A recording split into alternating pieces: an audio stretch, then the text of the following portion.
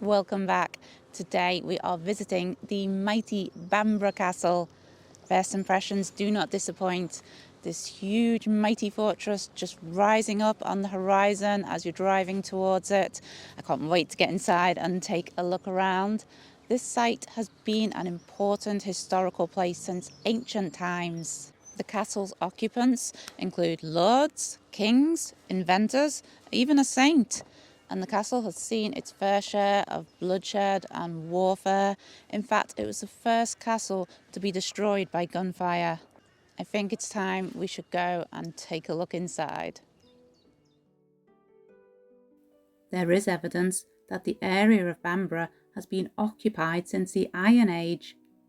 However, the first recorded evidence was in 547 and comes from the Anglo-Saxon Chronicle. It reports that Ida the Flame-Bearer became the first Anglo-Saxon king of Phoenicia and built a fort at Bamburgh. This fort was not like the castles that we think of today. It was a protected settlement known as a burh.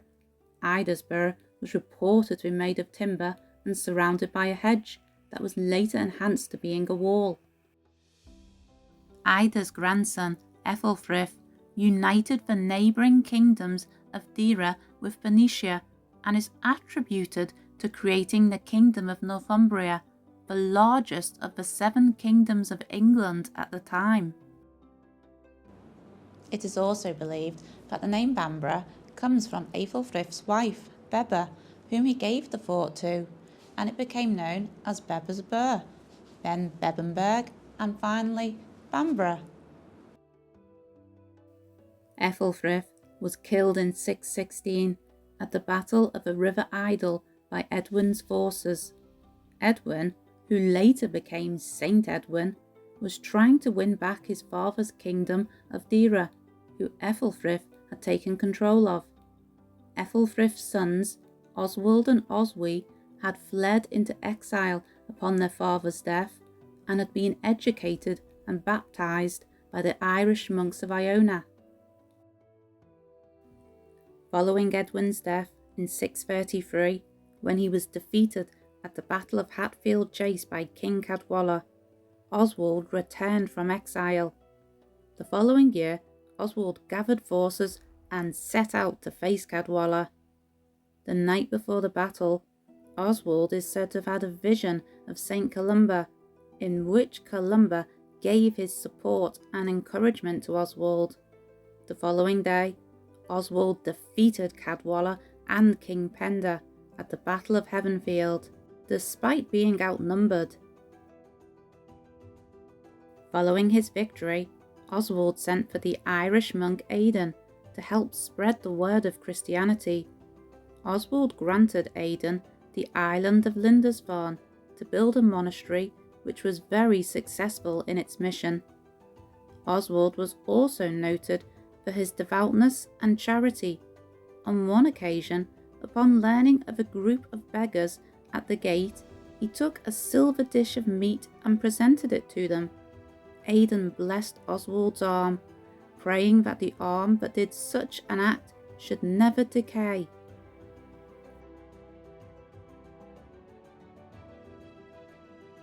Following his defeat in 634, King Penda eventually managed to regain support and allies. By the 640s, he began a campaign against Oswald. In 642, at the Battle of Maserfield in Oswestry, Penda defeated Oswald, and he was killed and dismembered. Yet, in the wake of Oswald's death, tales of miraculous events began to circulate around the spot where he fell and fragments of his reclaimed body, ultimately leading to his canonization as a saint.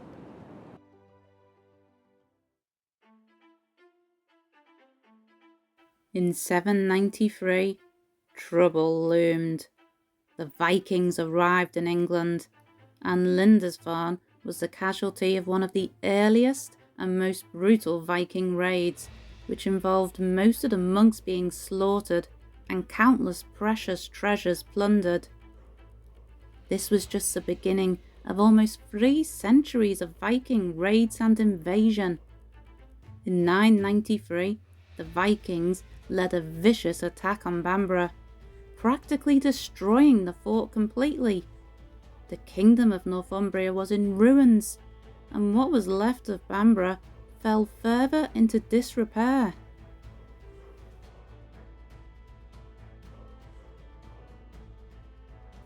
In 1066, William the Conqueror arrived from Normandy, and following his victory at the Battle of Hastings, he was crowned King of England. William recognised that Northumbria could act as a useful shield to keep the Scots away from the rest of England. William allowed the Earls of Bamburgh to remain mostly independent. In fact, there are no entries at all in the Domesday Book for Northumbria. However, after Earl Wulfheof joined a failed rebellion against the king, he took matters into his own hands, sending his army marching north, creating devastation in its wake.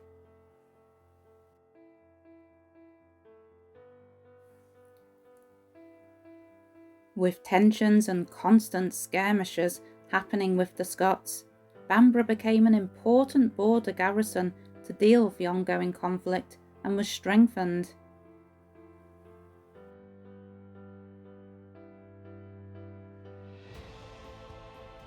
In 1095, the English crown had passed to William's son, King William II, and Bamburgh was in the hands of Earl Robert de Mowbray.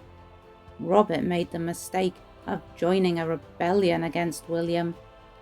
William was furious and laid siege to Bamburgh. In the face of overwhelming odds, Earl Robert fled, leaving his wife to bear the burden of defending Bamburgh Castle. Robert was subsequently caught and brought back to Bamburgh Castle, where King William II, enraged by his betrayal, threatened to gorge out his eyes unless the castle was surrendered. Faced with this grim prospect, his wife did relent and surrender the castle. It is believed that it was during the reign of King Henry II in around 1164 that the great keep that still stands today was constructed.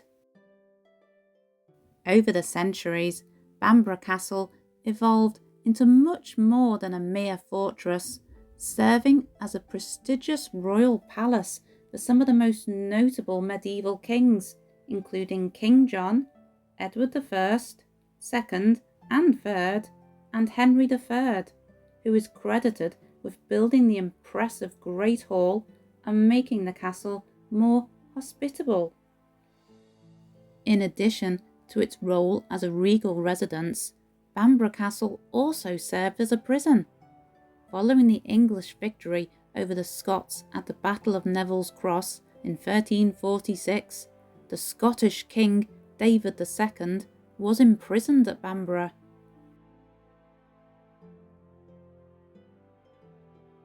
Amidst the turbulent conflict of the War of the Roses, a bitter struggle for the English throne between the rival factions of the royal houses of Lancaster and York, which began in 1455 and lasted until 1487. Bamburgh Castle, along with the nearby Dunstanburgh and Alnwick, were held for the Lancastrian king Henry VI. Following Henry's defeat at the Battle of Hexham in 1464, he fled to Bamburgh Castle and utilised it as his base.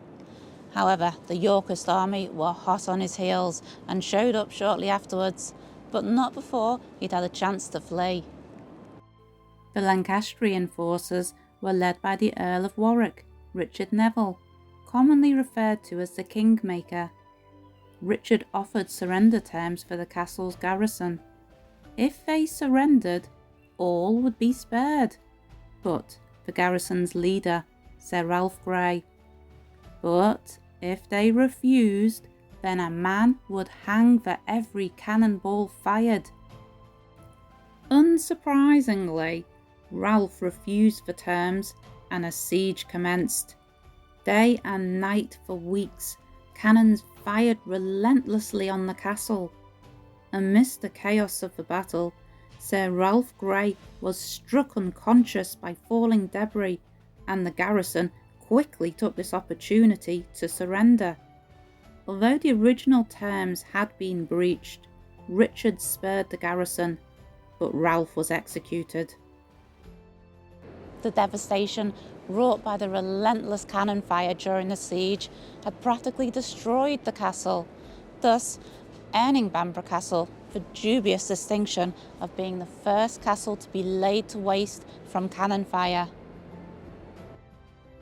Bamburgh Castle, although having no military or other purpose, remained property of the Crown until 1600, when King James I gifted it to Claudius Foster, son of the castle's previous warden.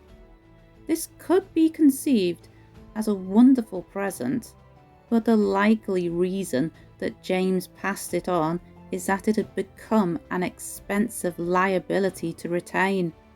This clause Claudius soon discovered when it practically bankrupted his family. The castle was eventually inherited by Dorothy, who married Lord Nathaniel Crewe in 1701. Crewe was extremely rich, but 40 years Dorothy's senior. However, the match was a happy one. When Dorothy passed away in 1716, Crewe was beside himself with grief and set about renovating the castle in his wife's memory. Crewe died without an heir in 1722, but had in his will set terms for his fortune to be distributed amongst local charities under a trust headed by Dr. Sharp. Extensive repairs on Bamburgh's keep were completed, and parts of the building were converted into a school, doctor's surgery and pharmacy for the local community, as well as food being distributed to the poor and the windmill available for them to grind their corn. Sharp's groundbreaking maritime efforts in establishing an early Coast Guard system transformed Bamburgh into a hub of remarkable achievements, including the historic launch of the first lifeboat from Bamburgh Castle's coastline in 1786.